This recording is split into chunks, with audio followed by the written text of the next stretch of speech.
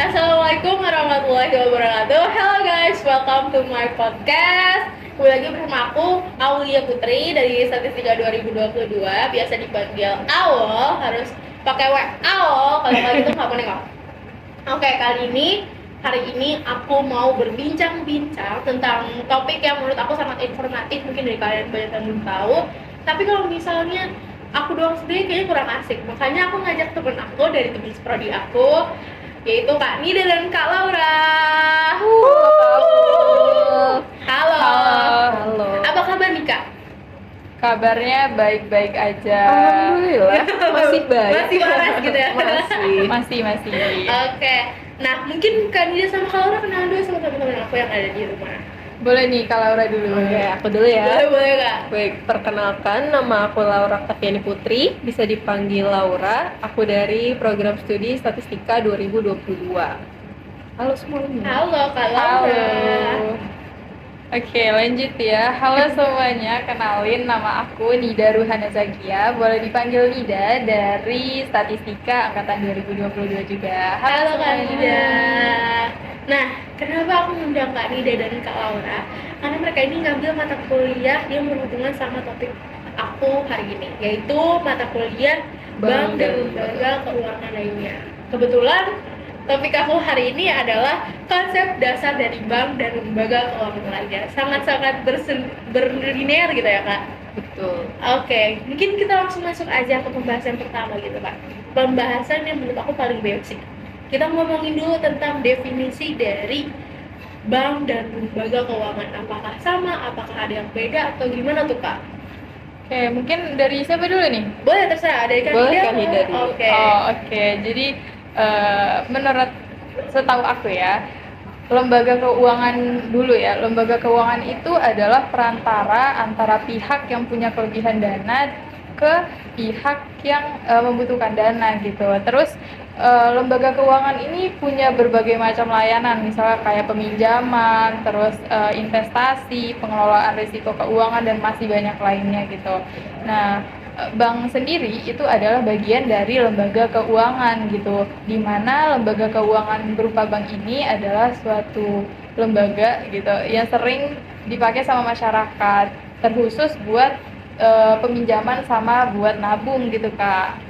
Berarti kalau misalnya ditelaah, berarti bank dan lembaga keuangan ini punya definisinya sendiri gitu ya Kak. Kalau diibaratkan berarti bank ini adalah cabang atau anak dari lembaga keuangan gitu ya Kak. Ya betul banget, dan bank ini punya jenis-jenisnya sendiri dan punya fungsinya masing-masing gitu. Nah, tadi kan udah mention fungsi, aku mau nanya fungsi utama dari bank itu apa? Karena yang aku tahu ya fungsi bank nabung, transfer, udah gitu. Oke, sekarang aku yang jawab kali ya. Boleh Kak Laura. Jadi untuk fungsi utama dari bank itu sebenarnya adalah menghimpun dana dan menyalurkan dana. Kalau menghimpun dana itu dalam bentuk tabungan, dan kalau untuk menyalurkan dana itu dalam bentuk ngasih pinjaman gitu. Nah, selain dari fungsi utama tadi, bank itu juga menyediakan layanan keuangan lain. Contohnya kayak transfer uang untuk bayar-bayar gitu ya, dan juga bisa untuk pertukaran uang. Berarti fungsinya banyak ya Kak. Bener banget. Aku baru tahu, aku harus explore lagi nih nanti.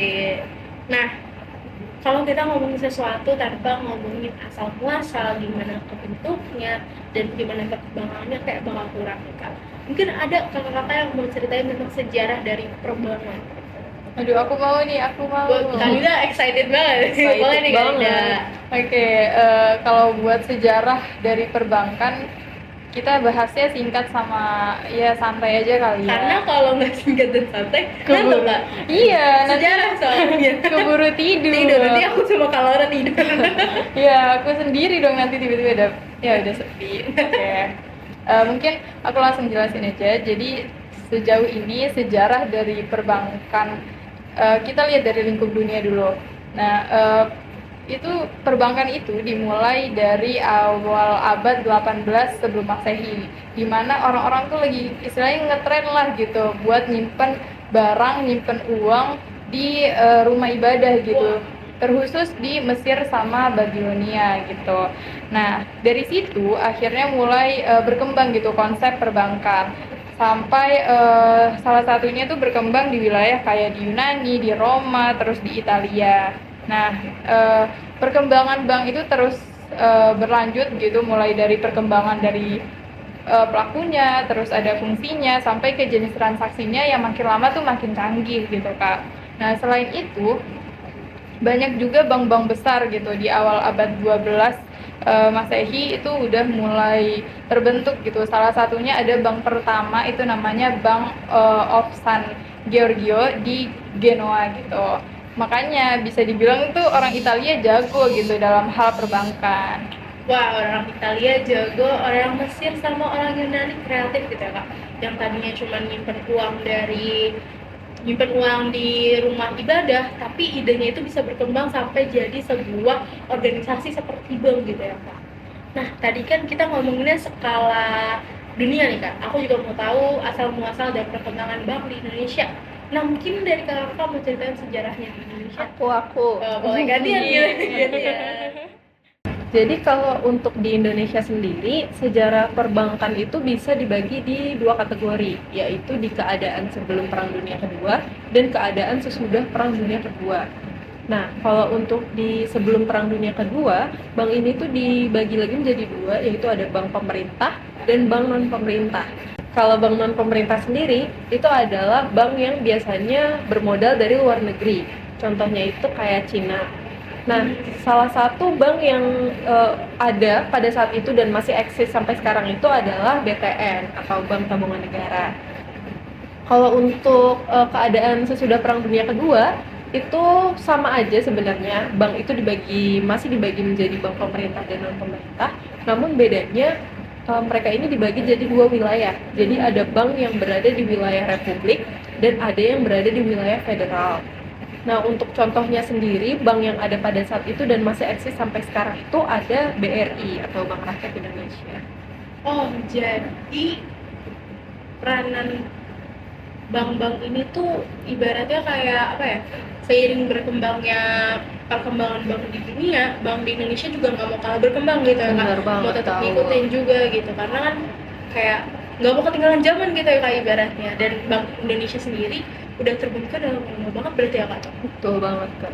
Nah, lanjut berarti. Kita lanjut ke peranan bank dan lembaga keuangan bukan bank dalam kehidupan ekonomi. Karena kan yang kita tahu ya bank itu cuma buat nyimpan uang gitu ya kak. Dan aku baru dikasih tahu sama Kak Laura bahwa fungsinya itu ada lagi gitu. Nah, selanjutnya peranan bank dan lembaga keuangan lainnya di bidang ekonomi itu kayak apa gitu kak?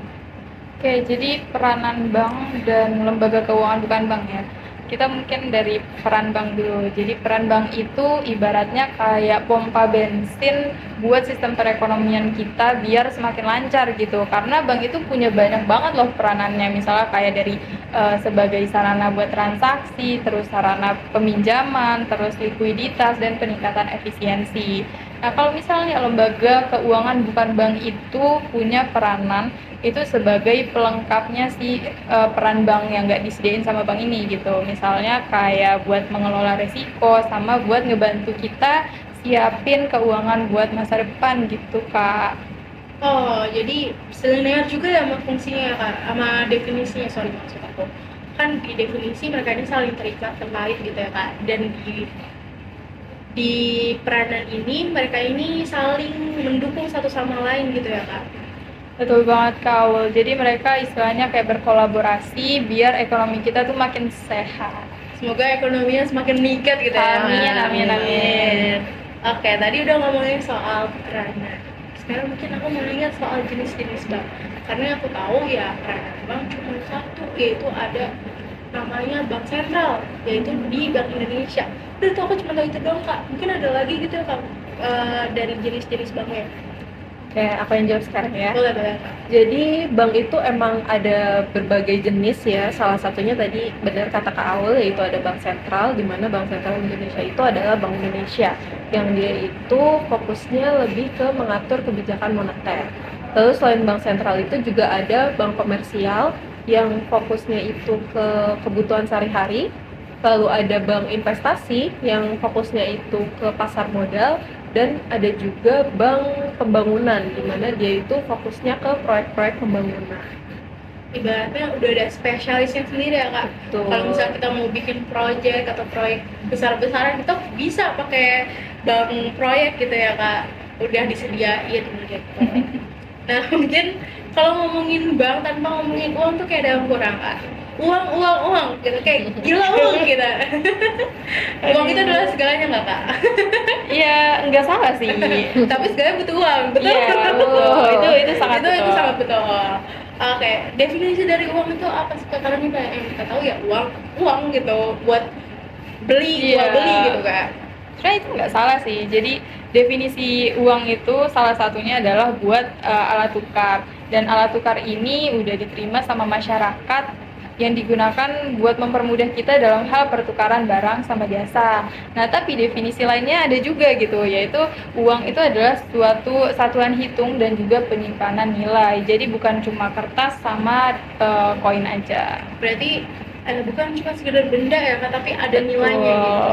Betul banget. Uang itu punya nilai yang pastinya udah disepakati sama kita bersama gitu. Wah mantap. Terakhir deh aku kayak terlalu banyak nanya gitu, terlalu banyak ngomong gitu. Aku seneng kok sampai Aku boleh nih ya. Terakhir nih kak dari aku, jenis-jenis uang gitu kak. Karena kan yang aku tahu juga nih jenis-jenis uang ya cuman ada uang kertas sama uang logam gitu atau uang koin. Nah sebenarnya ada nggak sih kak jenis-jenis uang lainnya gitu kak? Mungkin siapa yang menjawab? Aku deh. Oke boleh kak. Gantian ya. Boleh. Oke, kalau ditanya ada atau enggak, ada ya. Jadi emang uang itu ada berbagai macam jenisnya, dan yang udah disebutin sama Kak Awal itu nggak salah. Jadi kalau uang logam dan uang koin itu juga jenis uang berdasarkan bahannya. Nah, ada juga jenis uang yang berdasarkan dari kawasan berlakunya, yaitu uang domestik dan uang internasional. Dimana kalau uang domestik itu dia berlaku di dalam negeri, dan uang internasional itu dia berlaku di luar negeri. Lalu ada juga jenis uang yang berdasarkan dari lembaga pembuatnya, di mana ada uang kartal dan uang giral. Kalau uang kartal itu lembaga pembuatnya adalah bank sentral, dan uang giral itu lembaga pembuatnya adalah bank komersial. Nah untuk uang giral sendiri itu tuh bisa dibilang sebagai uang yang tidak berwujud gitu, kayak saldo rekening Saldo yang biasa ATM gitu ya, iya, kan? yang kita pakai buat belanja online Belanja. gitu. Atau bisa dibilang ada yang paling terkenal kak sekarang ini, Kris. Iya. Kris ya kak, bukan Curis, bukan. Dulu aku Bukan. tahunya Curis kak. Karena pakai Q. Iya. Aku taunya kiris kan. Lebih kocak lagi kak, tapi Bank Indonesia, fun fact ya teman-teman, Bank Indonesia udah memberikan klarifikasi bahwa pembacaan yang benar Sampai adalah diklarifikasi. Iya, sampai diklarifikasi. Pembacaan yang benar adalah Kris teman-teman.